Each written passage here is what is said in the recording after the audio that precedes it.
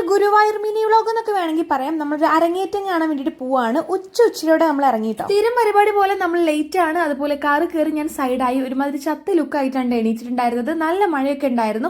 അങ്ങനെ ആനച്ചേട്ടനൊരു ഹായ് ഒക്കെ പറഞ്ഞ് നമ്മളിതാ പോവാണ്. കാർ പാർക്കിങ്ങിലിട്ട് നമ്മൾ പിന്നെ ഓട്ടായിരുന്നു. കാരണം അരങ്ങേറ്റവും കണ്ട് കണ്ണിന് ഉറങ്ങാൻ പോകുന്ന നേരായി തുടങ്ങിയിട്ടുണ്ടായിരുന്നു. പിന്നെ എന്തായാലും വന്നു ആർഭാടം ഒട്ടും അങ്ങോട്ട് കുറയ്ക്കേണ്ടെന്ന് കരുതി ഒരു മുളം തികച്ചും മുല്ലപ്പ് വാങ്ങി വെച്ചിട്ടുണ്ട്. പക്ഷെ എന്തോ ആനച്ചേട്ടന് വീണ്ടും എന്നെ ഇഷ്ടമായില്ലാന്ന് തോന്നുന്നു. ഒരുമാതിരി ഒരു നോട്ടം നോക്കിയിട്ടാ പോയത്. ആ നോട്ടത്തിൽ ചെറുതായിട്ടൊന്ന് പേടിച്ചെങ്കിലും എന്റെ മുഖത്തെ എക്സ്പ്രഷൻ ഞാൻ ഒട്ടും മാറ്റിയില്ല കേട്ടോ. പിന്നെ വന്ന കാര്യത്തിലേക്ക് കടന്നു. നമ്മൾ അരങ്ങേറ്റമൊക്കെ കണ്ടു, അടിപൊളിയായിട്ട്. പിന്നെ വന്ന സ്ഥിതിക്ക് കണ്ണനെ കണ്ട് മനസ്സ് ഉരുകി അങ്ങോട്ട് പ്രാർത്ഥിക്കണം. എനിക്ക് ഉരുകാവുന്ന അത്രയും ഞാൻ ഉരുകിയിട്ട് പ്രാർത്ഥിച്ചു. കണ്ണൻ കേട്ടു എന്നാണ് എന്റെ വിശ്വാസം.